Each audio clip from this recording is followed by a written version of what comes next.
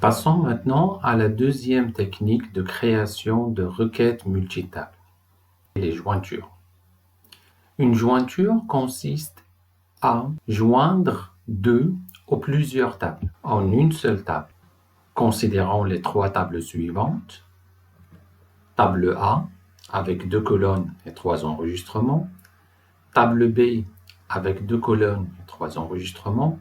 Et table C avec 2 colonnes et 2 enregistrements. Dans ce premier exemple, on va joindre A et B. Donc la syntaxe est la suivante. Select étoile from A, join B.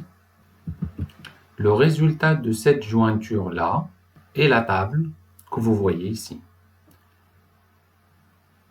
Ça veut dire on prend un enregistrement de la première table ou de la deuxième table et on va l'associer avec l'ensemble des enregistrements de la deuxième table. Et on passe le deuxième enregistrement, on va l'associer avec l'ensemble des enregistrements de l'autre table et le troisième enregistrement avec l'ensemble des enregistrements de l'autre table, ainsi de suite jusqu'au dernier enregistrement.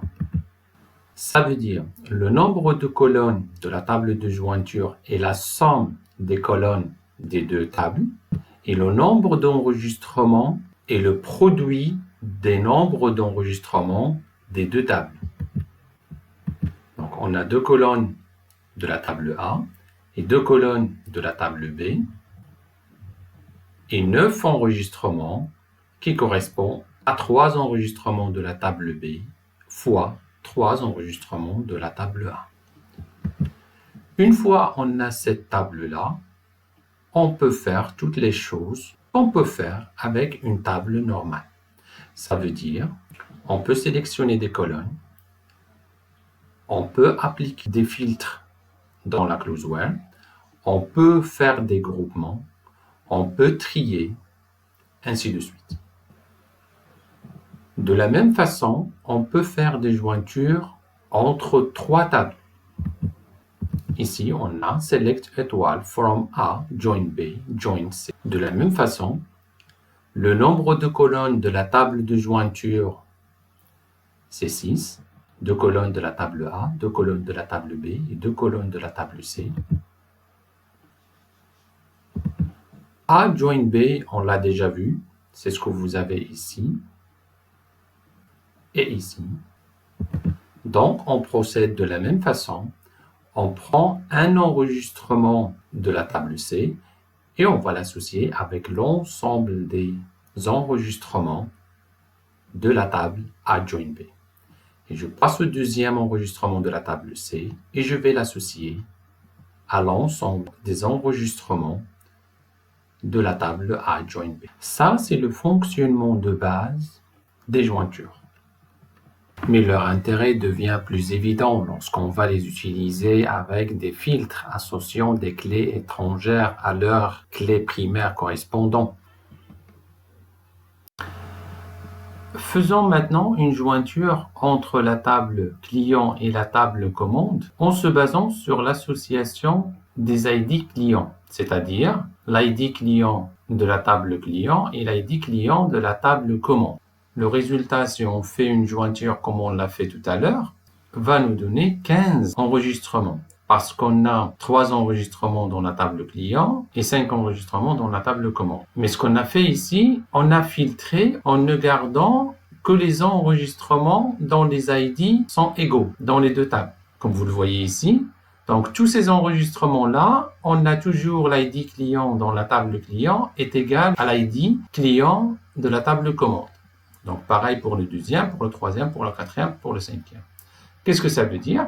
Ça veut dire j'ai pour chaque enregistrement de la table client une ligne de la table commande qui correspond à ce client-là.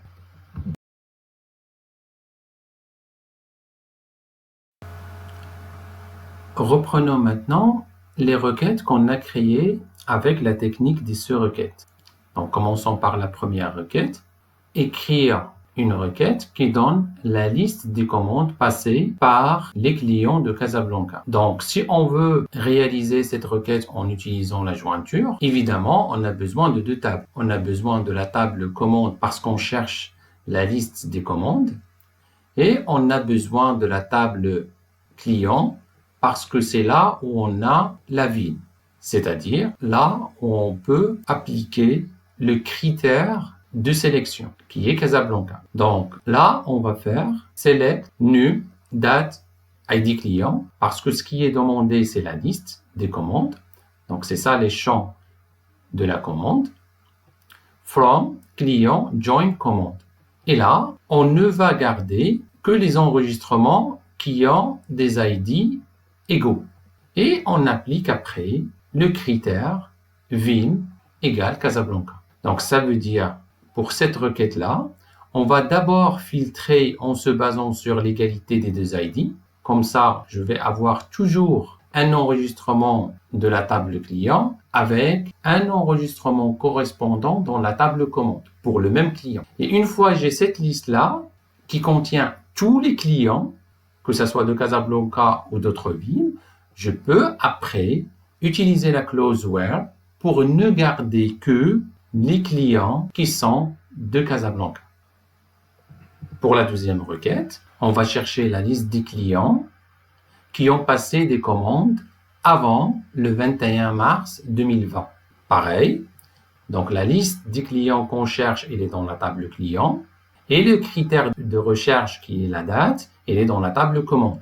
Donc la jointure va utiliser deux tables, client et commande. Donc on va faire select, distinct, je vais revenir sur ça. Donc select ID, nom et ville, from client join commande, on ID égale ID client. Et là, je vais avoir juste les commandes qui se sont passées avant le 21 mars 2020. Mais il se peut que le même client passe 2 commandes ou 3 commandes au plus avant le 21. Si je ne fais pas ce distinct-là, je vais avoir ce même client. 2, 3, 4, 5 fois, ça dépend du nombre de commandes qu'il a passées avant le 21 mars 2020. Pour cela, on a ajouté ici distinct pour éliminer les doublons au niveau de ces 3 informations-là qui sont ID, nom et vie.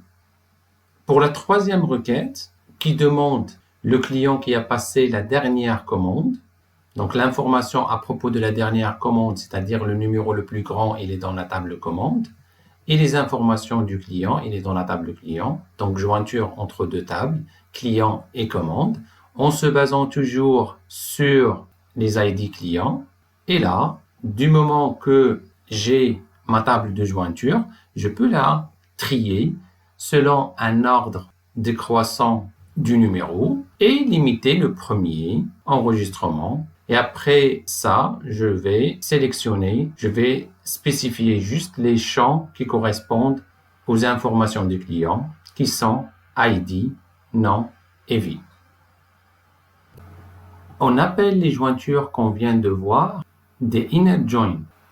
Les inner join cherchent une correspondance entre les champs utilisés dans la clause on. C'est-à-dire ici, dans ce cas-ci, s'il n'y a pas d'égalité, s'il n'y a pas de correspondance entre les deux champs, l'enregistrement ne va pas être retourné. Donc, il faut vraiment avoir une correspondance entre les deux champs pour pouvoir retourner l'enregistrement correspondant. Ce n'est pas le cas dans le cas des outer join.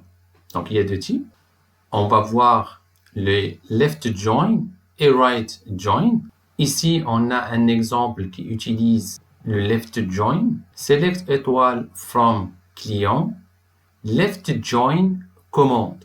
On client.id égale commande.id. Donc là, la table principale, c'est la table client. Donc c'est comme si on demande, ne cherchez pas vraiment des correspondances dans le sens strict du terme. Cherchez-moi d'abord tous les enregistrements de la table client, qui est en fait à gauche, et pour la table commande, cherchez des correspondances, si vous en trouvez. Mais s'il n'y a pas de correspondance, pour un enregistrement, mettez-moi juste nul. Si c'était un inner join, cet enregistrement-là ne sera pas retourné.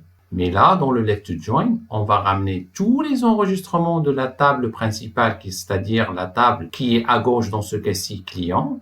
Et pour la table de commande, s'il y a une correspondance, on va ramener l'enregistrement correspondant. Sinon, on met juste nul.